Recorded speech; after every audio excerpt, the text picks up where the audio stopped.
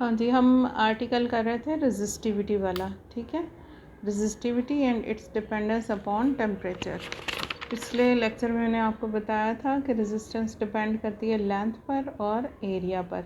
Length के directly proportional और area के इन्वर्सली प्रोपोर्शनल, ठीक है। लेंथ और एरिया के अलावा तीसरी चीज़ जिस पर रेजिस्टेंस डिपेंड करती है दैट इज़ द टेम्परेचर, ठीक है।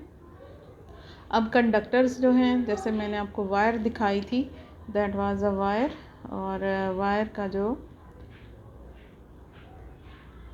ये वाला जो पोर्शन होता है ये, ठीक है, ये बेयर पोर्शन है इसका, जगह कहते हैं ये नंगी तार है, इसके ऊपर से ये इंसुलेशन उतार के मैं दिखा रही हूँ, ठीक है। तो इसमें जब करंट फ्लो करता है तो ये वायर गर्म हो जाती है। आपने यूजुअली देखा होगा कि करंट फ्लो करने से वायर गर्म हो जाती है, that is also the heating effect of the current. अब टेम्परेचर बढ़ गया है वायर का, तो इसका इस रेजिस्टेंस पर क्या असर होगा। ये देखें, इलेक्ट्रॉन्स मूव कर रहे हैं इस वायर में से, ये एटम्स पड़े हुए हैं, एटम्स के साथ इन्होंने टकराना है, ठीक है। तो टकरा कर यहाँ से निकल जाएंगे, यहाँ से निकल जाएंगे। ये जो टकराना है ना, इनका कोलिजन इन एटम्स के साथ, इन इलेक्ट्रॉन्स की, दैट इज़ द रेजिस्टेंस, ठीक है। तो अब जब टेम्परेचर बढ़ गया तो ये एटम्स अपनी जगह वाइब्रेट करना शुरू कर देते हैं। जैसे ये एटम है, ये एटम अपनी जगह वाइब्रेट करना शुरू हो गया, इस तरह इधर को भी जा रहा है, इधर से इधर को आ रहा है। ये इस इलेक्ट्रॉन ने यहाँ से गुज़रना है, तो क्या होगा, इसके टकराने के चांसेस पहले से बढ़ जाएंगे कि इलेक्ट्रॉन पहले इधर से गुज़र गया तो ये बगैर टकराए गुज़र गया था, लेकिन अब एटम इधर को भी जा रहा है, इधर को भी जा रहा है, तो अब इसका गुज़रना ज़्यादा मुश्किल है। मीन्स के अब चांसेस ऑफ कोलिजन बढ़ गए हैं, और चांसेस ऑफ कोलिजन बढ़ने से क्या हुआ, रेजिस्टेंस, चांसेस ऑफ कोलिजन क्या है, रेजिस्टेंस है, रेजिस्टेंस बढ़ गई।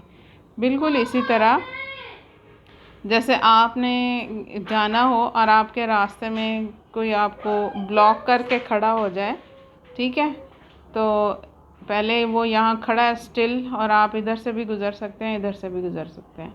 लेकिन जब आप वो बंदा हिलने लग जाए, ठीक है, मसला आपने यहाँ से गुज़रना, आप इधर को निकलना चाहें तो ये भी इधर को हो जाए, फिर आप इधर से निकलना चाहें तो ये भी इधर को हो जाए, तो अब आपके इससे टकराने के चांसेस ज़्यादा हो गए हैं, रेजिस्टेंस बढ़ गई है। बिल्कुल इसी तरह वायर्स का टेम्परेचर बढ़ने से रेजिस्टेंस बढ़ जाती है। ये सिर्फ कंडक्टर्स की बात कर रहे हैं हम, ठीक है।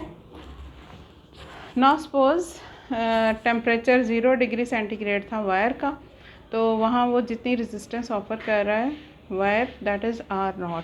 फिर टेम्परेचर बढ़ गया वायर का, तो अब कितनी रेजिस्टेंस हुई, RT हो गई, चेंज हो गई, ठीक है। सो RT माइनस R0,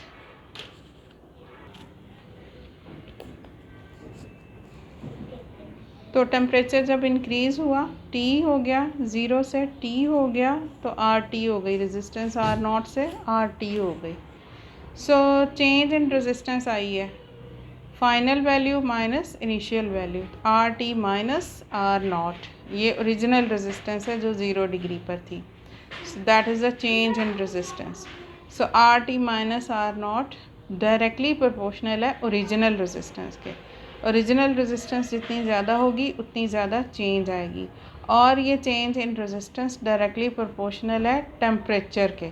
जितना टेम्परेचर बढ़ाएंगे उतना रेजिस्टेंस में चेंज आ जाएगी। सो ये इन दोनों के प्रोपोर्शनल है, RT minus R0, that is the change in resistance. So ये चेंज इन रेजिस्टेंस जो है प्रोपोर्शनल है, R0 डेल T, दोनों को हमने कंबाइन कर दिया, यहाँ इक्वालिटी का साइन लगाया और ये कांस्टेंट यहाँ लगाया, दैट इज़ अल्फ़ा। तो अल्फ़ा इधर रखा और R0 डेल T इसके नीचे आ गया। This alpha is called the coefficient of resistance, या कोफिशिएंट ऑफ रेजिस्टिविटी भी हम इसको बोलते हैं।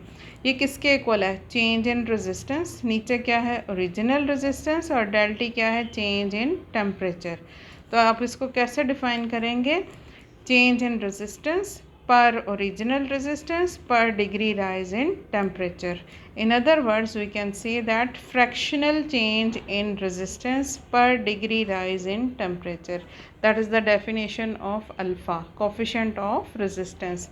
फ्रिक्शनल नहीं है, अक्सर स्टूडेंट यहाँ फ्रिक्शन आई लिख देते हैं. No, that is the fractional change in resistance per degree rise in temperature. और इसका यूनिट क्या है? पर केल्विन. बिकॉज ऊपर भी रेजिस्टेंस है, नीचे भी रेजिस्टेंस है, ये सेम यूनिट्स कैंसिल हो जाएंगे. नीचे टेम्परेचर का यूनिट केल्विन, 1/केल्विन मीन्स पर केल्विन. ठीक है. So that is the alpha. अब दो तरह के ऑब्जेक्ट्स होते हैं. Some objects has positive alpha and some objects have negative alpha. ठीक है. पॉजिटिव अल्फ़ा किन का होता है और नेगेटिव अल्फ़ा. अल्फ़ा क्या है? Coefficient of resistivity. ठीक है. Alpha is the coefficient of resistivity. Positive और नेगेटिव कब होंगे? अल्फ़ा था किसके equal? R T minus R naught over R naught del T के इक्वल था. ठीक है. ये वो रेजिस्टेंस है जो टेम्परेचर बढ़ाने से बढ़ गई थी. ये वो रेजिस्टेंस है जो टेम्परेचर 0 डिग्री पर थी. अब क्या हुआ? अगर आर टी बड़ा है आर नॉट से, आर टी बड़ा है यानी कि टेम्परेचर बढ़ाने से रेजिस्टेंस बढ़ गई, आर नॉट से बड़ा है, तो ये बड़ी वैल्यू में से छोटी वैल्यू माइनस हो रही है, तो आंसर आएगा पॉजिटिव. बड़ी वैल्यू में से छोटी वैल्यू माइनस हो हमेशा. जैसे बड़ा 15 है और छोटा जो है वो 2 है, तो आंसर क्या आएगा? दैट इज़ 13, यानी कि पॉजिटिव नंबर आएगा. तो ये अल्फ़ा पॉजिटिव आया जब आर टी ग्रेटर है आर नॉट से. ये ऐसे ऑब्जेक्ट्स होंगे जिनकी रेजिस्टेंस टेम्परेचर बढ़ाने से बढ़ जाती है. सो अल्फ़ा पॉजिटिव का मतलब क्या है? जिनकी ऐसे ऑब्जेक्ट्स जिनकी रेजिस्टेंस टेम्परेचर बढ़ाने से बढ़ जाती है. लेकिन अगर R T is less than R naught हो, R T is less than R naught का मतलब है कि छोटी वैल्यू में से बड़ी वैल्यू माइनस हो रही है. 15 माइनस 30 हो, then answer is -15. Answer minus में आएगा. मीन्स के अल्फ़ा नेगेटिव आएगा. अल्फ़ा नेगेटिव किनका होगा? ऐसे ऑब्जेक्ट्स का जिनकी रेजिस्टेंस टेम्परेचर बढ़ाने से कम होती है. So they have alpha negative. And alpha positive किनका होगा? ऐसे ऑब्जेक्ट्स जिनकी रेजिस्टेंस टेम्परेचर बढ़ाने से बढ़ जाती है, और ये ऐसे ऑब्जेक्ट्स हैं जिनकी रेजिस्टेंस टेम्परेचर बढ़ाने से कम हो जाती है. दो तरह के ऑब्जेक्ट्स हैं हमारे पास.